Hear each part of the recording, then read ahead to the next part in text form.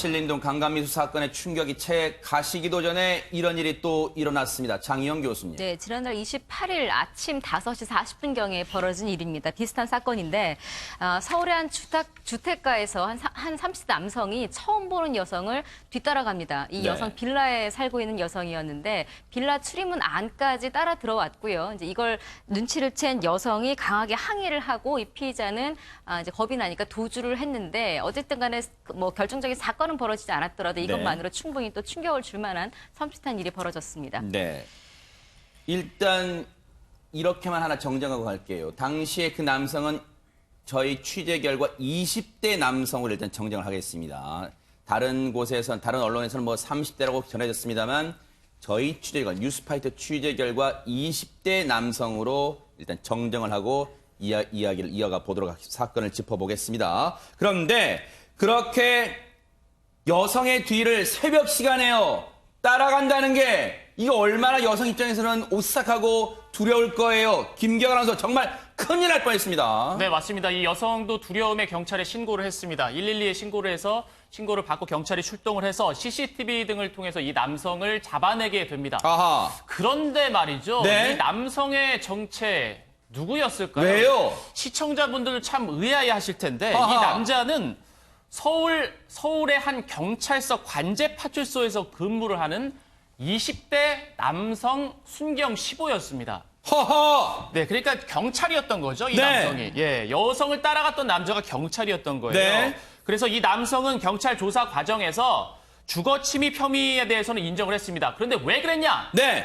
물어보니까 이 여성에게 술 마신 상태에서 좀 호감이 가서 내가 따라가게 됐다. 알던 여성이에요? 아니, 알던 여성 아닙니다. 본인은 그냥 술 마신 상태였는데 처음 본 여성이에요? 네, 길을 가다가 이 여성을 본 거죠. 근데 호감이 생겨서 따라갔다 이겁니다.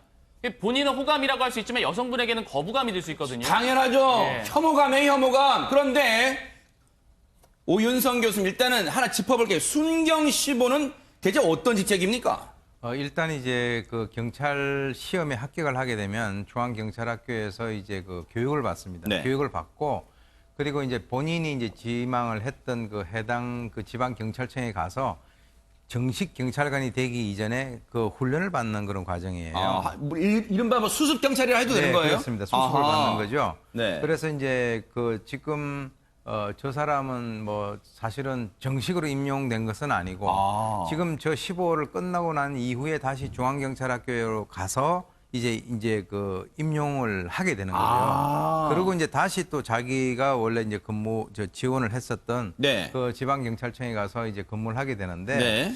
지금 아마 저 정도의 그 지금 무리를 일으켰기 때문에 아마 지방경찰청에서 나중에 임용을 할 때 정기 임용 그 심사위원회가 있습니다.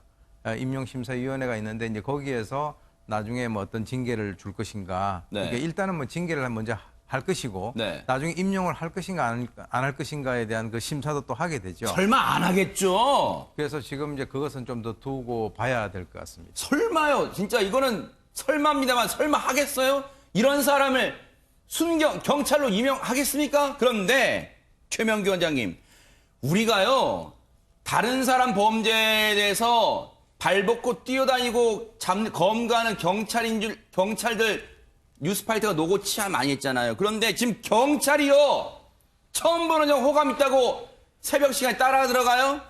이게 말이 됩니까? 말이 안 되는 일이지요. 그러니까 만약에 결국은 평소에는 우리가 본인이 상대방 여성이 있으면은 상대방 여성한테 본인이 어느 정도의 그 매력도가 있는지를 갖다 본인이 인지합니다. 그런데 이제 술을 마시게 되면 그런 부분이 떨어지게 되고요.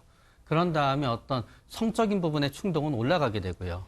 그리고 상대방이 아니라고 하게 되면은 술을 안 마셨을 때는 상대방의 거부감이 아니라고 얘기하기 전부터 그 표정을 보고 인지하게 되는데 술을 마시게 되면은 그거를 받아들이지 못하고 계속 이제 반복하게 됩니다. 그러나 문제는 뭔가 하면은 지금 이 문제를 갖다 일으킨 순경 15가 이게 술 때문에 생긴 일이라고 생각을 하고 평생 술을 갖다 끊는다 그러면은 이제 반복되지 않습니다. 그러다 문제는 본인은 매번 이렇게 술을 마셨는데 여태까지 일이 없었고 요번에 한 번만 이런 일이 있었으니까 이거는 충동이 문제야라고 생각하게 되면은 똑같이 술을 먹는 한 똑같은 일은 점점 더 자주 반복되게 됩니다.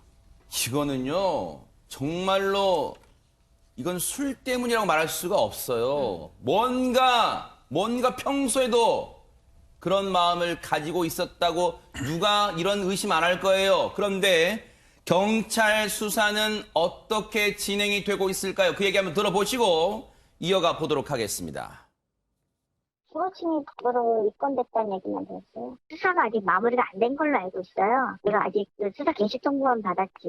네, 결과 통보 아직 못 받아가지고요. 지금 일단 대기 발령한 상태고요. 네. 뭐 수사 결과가 나와봐야지 이제 그 후에 이제 징계 절차는 따를 예정입니다. 그냥 박준 변호사님, 뭔가 그냥 이 걱정되는 게요. 이 경찰 물론 신중하게 말한 거라고 이해는 됩니다만 보세요. 지금 대기 발령 상태고요. 수사 결과가 나와봐야지 그 후에 징계 절차를 따를 예정입니다. 혹시라도 시청자분들은 그런 생각하실 거예요. 이거 뭐야? 제 식구 감싸게 하는 거 아니야? 이런 생각 드실 것 같아요. 그렇습니다. 그렇지만 일단은 주거 침입죄로 불구속 입건된 상황이고요. 공동주택의 다른 목적으로, 뭐 범죄 등 다른 목적으로 들어갔기 때문에 주거 침입죄가 될 것 같고, 네. 아마 주거 침입죄가 다 해결되면 그 이후에 징계 절차를 진행할 것으로 보입니다. 다만 이게 오늘 보도됐기 때문에 이 경찰에서 쉽게 봐주기나 이렇게 하기는 좀 어려울 거예요. 네. 그리고 이런 행동을 하는 이 떡잎부터 알아본다고 경찰 15가 벌써부터 범죄를 하고 하면 안 되지 않습니까? 네. 그렇기 때문에 아마 경찰청에서도 임용하는 데는 상당히 신중을 기할 것이다 이렇게 보입니다. 이거는요, 장희영 교수님, 경찰의 체면이 바닥에 떨어질 때 떨어진 거예요, 지금. 경찰들, 이 시간에도 전국에서 열심히 뛰고 계신 경찰들 먹칠한 거예요, 지금. 맞아요. 그러니까 정말 시민의 안전을 지켜야 되는 경찰 이런 표현을 많이 하는데 오히려 시민을 불안하게 만든 경찰이 되어버린 거잖아요. 네. 어쩌면은 경찰의 문제가 아니라 저 사람이 경찰이었던 건데 말씀하신 대로 저 사람이 임용이 되냐 안 되느냐 이것만으로도 이제 앞으로 경찰에 대한 신뢰 문제가 크게 변할 수 있는 부분이기 때문에 그 부분은 신중해야 될 거라고 보고요. 항상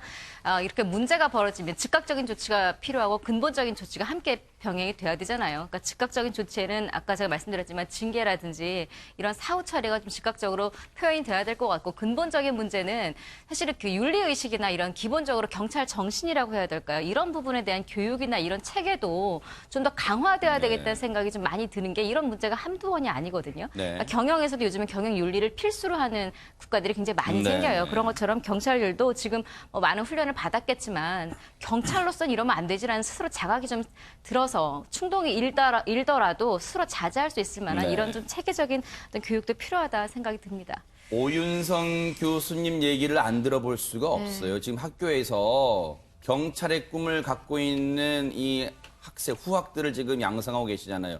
분노도 있지만 가슴도 많이 아프실 것 같아요. 이 사건 접하시면서. 근데 사실 이제 이 15라고 하는 것은 그야말로 정말 수습을 해서 과연 이 사람이 마지막 순간까지 경찰관으로서의 자질이 있느냐 없느냐를 판가름하는 거예요. 근데 이제 방금 말씀하셨습니다만은 지금 안 그래도 이런 것을 가지고 지금 대한민국 그 홀로 사는 여성들이 상당히 그 불안해하고 있는데 이 시점에 이런 행동을 했다라고 하는 것은 과연 나중에 이제 경찰관으로서의 어떤 적합성 같은 것을 정확하게 검토를 해서 과연 이 사람을 임용을 할 거냐 안 할 거냐. 일단 임용을 하게 되면 그때부터는 또 이 문제가 또 달라지거든요. 아, 그래요? 그러니까 이제 이 사람에 대해서 임용을 할 거냐 안 할 거냐. 과연 이 사람이 앞으로 60세까지 경찰관으로서 활동을 하는 데 있어서 적합한지 안 한지 그것을 해당되는 이제 서울지방경찰청 그 위원회에서 판단을 하길 바랍니다. 일단 뉴스파이터가 눈 부릅뜨고 지켜볼 거예요. 이거 어떻게 진행되고 있는가요? 저희가 다 지금 꼼꼼하게 체크합니다. 어떻게 결론이 날지, 수사 결과가 나올지 지켜보도록 하겠습니다.